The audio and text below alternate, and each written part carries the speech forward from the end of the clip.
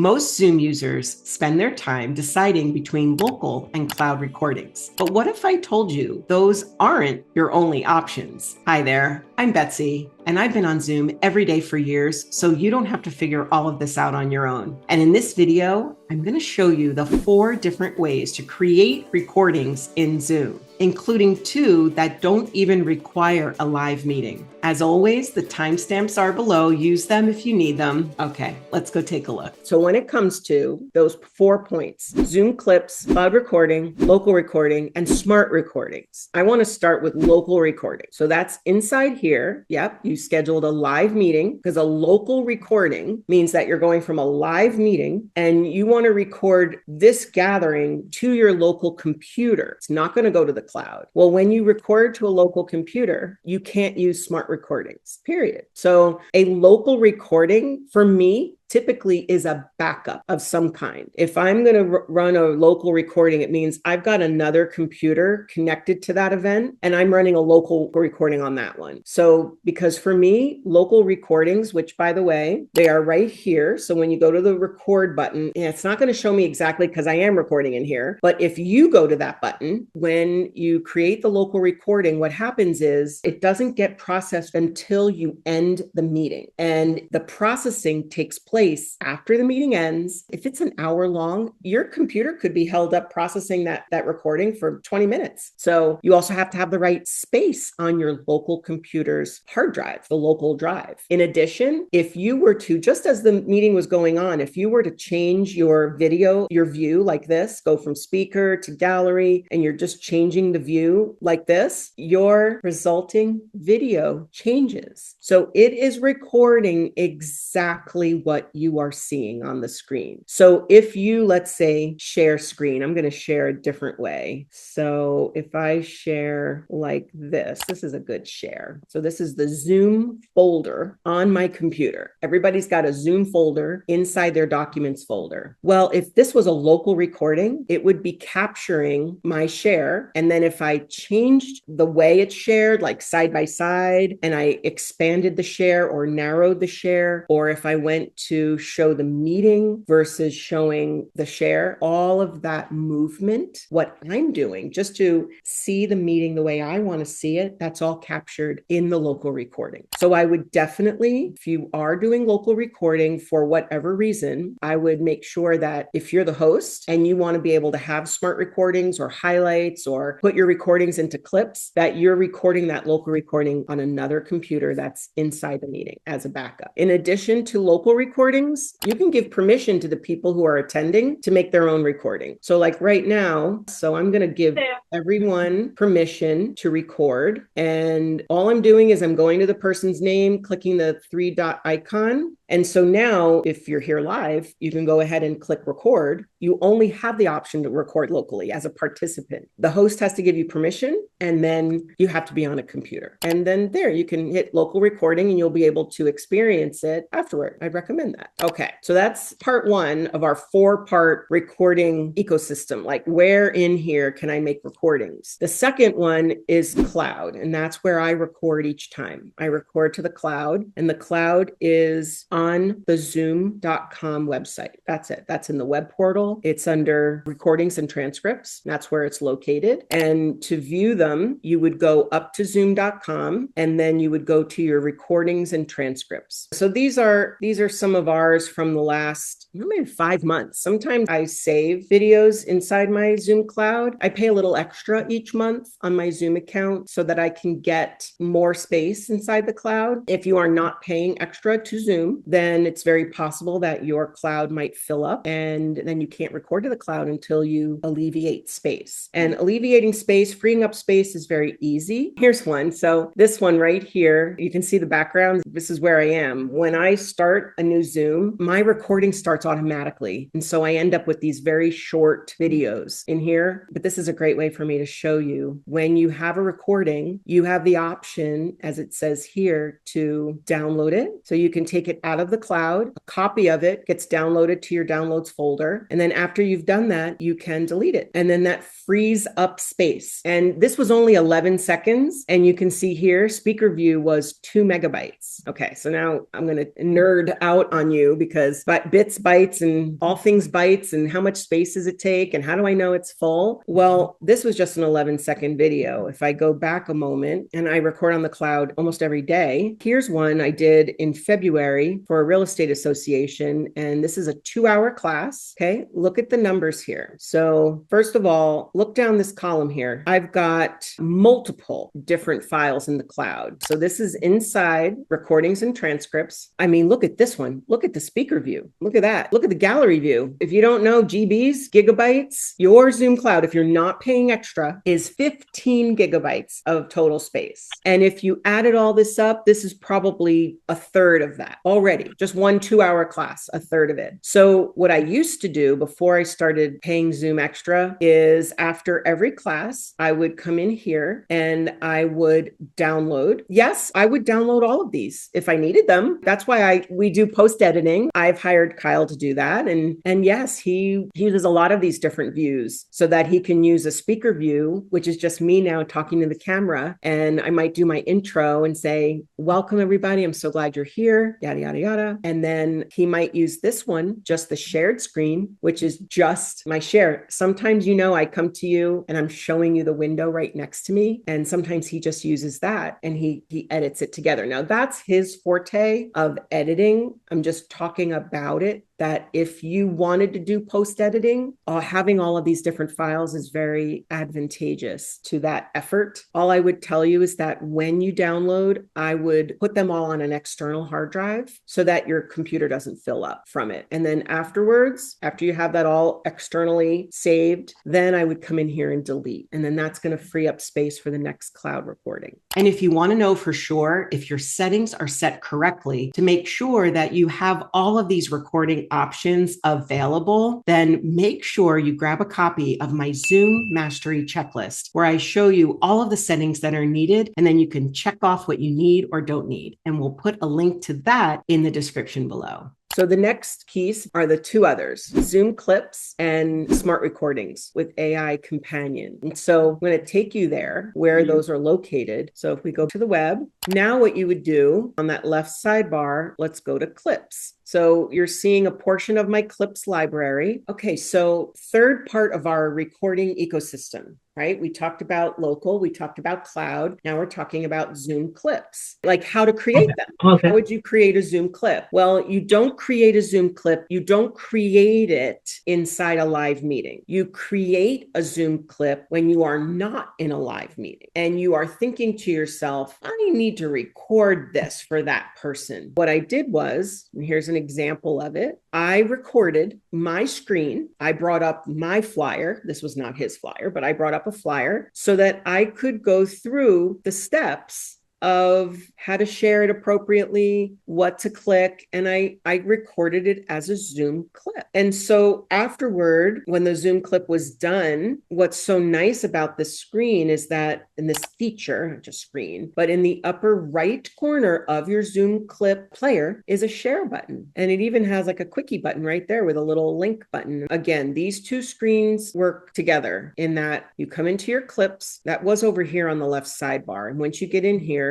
you can just record a clip, and that recording can be of a screen. It can be of just you, or it can be a combination. You in a little box, in the bottom, talking about something that's on the screen. And the first way that varies greatly is the quality. Okay. So inside a Zoom clip, I'm going to bring up the recording I made for you. So right here, when you go to record a clip, it will ask you over here the layout you want. And inside here are the settings for quality. And so you pick your microphone, you pick your video, and the video quality right here, I did capture it. Okay, good. Right there, you see it? 1080p. So the quality of a Zoom clip is now based on your computer webcam or your external webcam. It's not based on your Zoom account, which typically, if you go into a live meeting and you have a pro account, which most of you do, you're limited to 720, much less than that. So the quality, this is recorded on my Mac and I get 1080p with the built-in webcam. So I would say that's the first big difference between going to a live meeting, hitting record,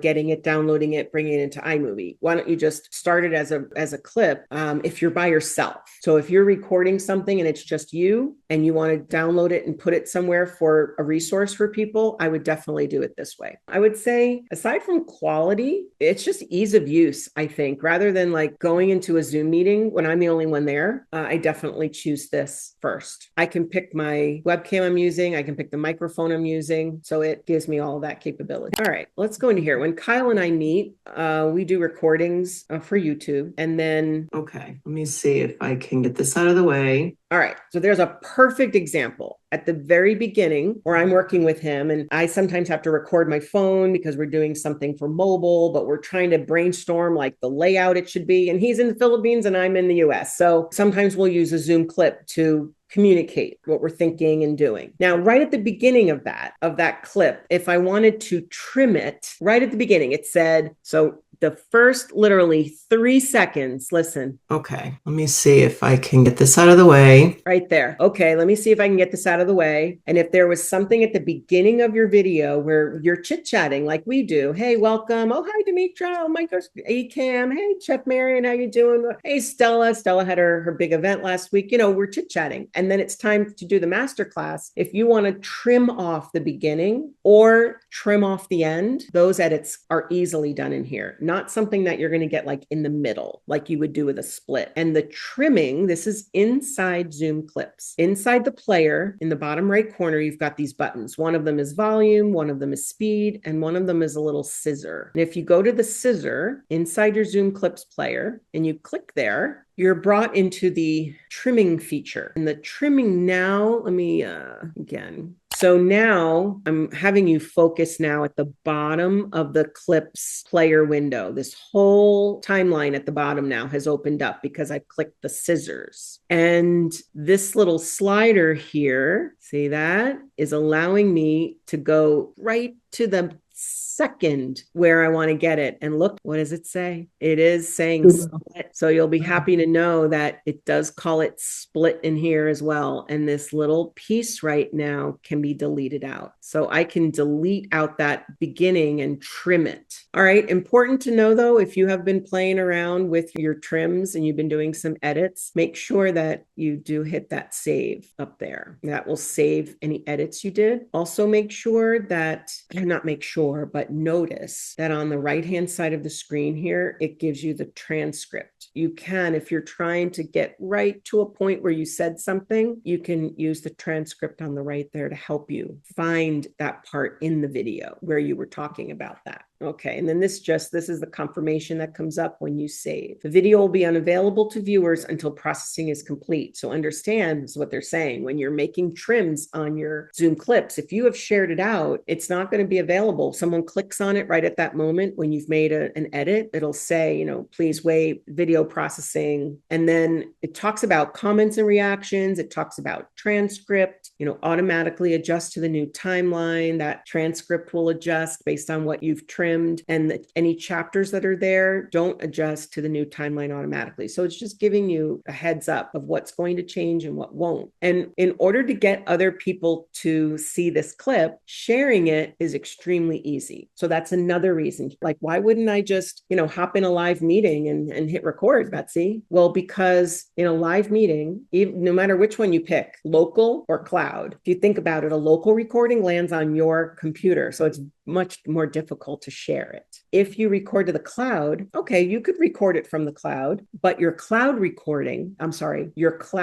space is much more limited than your clips library space. And in that top right corner is where you would just click it. It's a link. And like here, if you would play with me here. And if you are, and the reason I'm having you do this, because I want to show you what you're going to do. And then I'll stop the share if it's easier. But when you hit play, okay, and you're watching, see if I can get this out of the way. literally, this is Kyle and I working together. If you would try down at the bottom of your player, there are reactions. If you could just hit a reaction like, wow, oh my goodness, that's amazing. Or I want to show you what it looks like from my end, that when you share Zoom clips out, yes, people play them. They can react with emojis. If you would, please leave me a comment as well. When you go over to the comments, think about the power here to record something to your members, your membership, to a client, a coach, a potential client. And hey, please, here's the value. And feel free to leave me a comment if something I explained here doesn't make sense or something you want in addition to this. And then I'll show all of you what this clip looks like with all of that. It's only a 2-minute clip. At the very bottom here, it gives suggestions. Looks good, helpful, got it. Can you clarify? That's my AI companion working for me in the clips. Want to go beyond YouTube and get hands-on help with Zoom and AI and content creation and business technology? Comment trial below and I'll send you the details about a complimentary 10-day pass to the Virtual Business Collective, where you'll get access to live coaching, training, resources, and a community of business owners putting these tools to work every day. What was your biggest takeaway from today's video? Leave me a comment below about how you're going to take action. All right, so the fourth part is that smart recordings. So this is where now I've gone through the settings. So you've already said, yep, I've got it on. There were 3 check marks there under our smart recordings settings. And those involve the chapters. You go back there inside your web portal, highlights. So what does that mean to you? What is that? Highlights. A highlight is a snippet. AI is pulling something out of the recording and it's highlighting it for you, highlighting it for you. It's not you highlighting something on the screen. It's highlighting it for you. Here's the demonstration. So let me show you what a highlight looks like. And this is only if you have it on prior to cloud recording. So the requirements are: turn on the setting before you start your live meeting. The second thing is record to the cloud. Okay. You don't do those 2 things, you won't have this. So this is me inside my recordings and transcripts. This is my Zoom cloud in the web portal. So you have to understand that at this point, this class, it was 2 hours. It has been recorded. And I'm looking at all the different files that were recorded because I have my recording settings set to record different layouts. Shared screen with speaker, shared screen with gallery. I like it all. Give it to me all, and then I'll delete what I don't need. Okay, but right here on the left side, just under the thumbnail, is the watch highlights. And that won't be there if you have not turned on the settings. Okay. But when you have it, this is what your highlights looks like. Okay. As a member right there. So it automatically skipped to the next section. Skipped because it's showing me just the highlights. And the highlights are highlighted here in the transcript.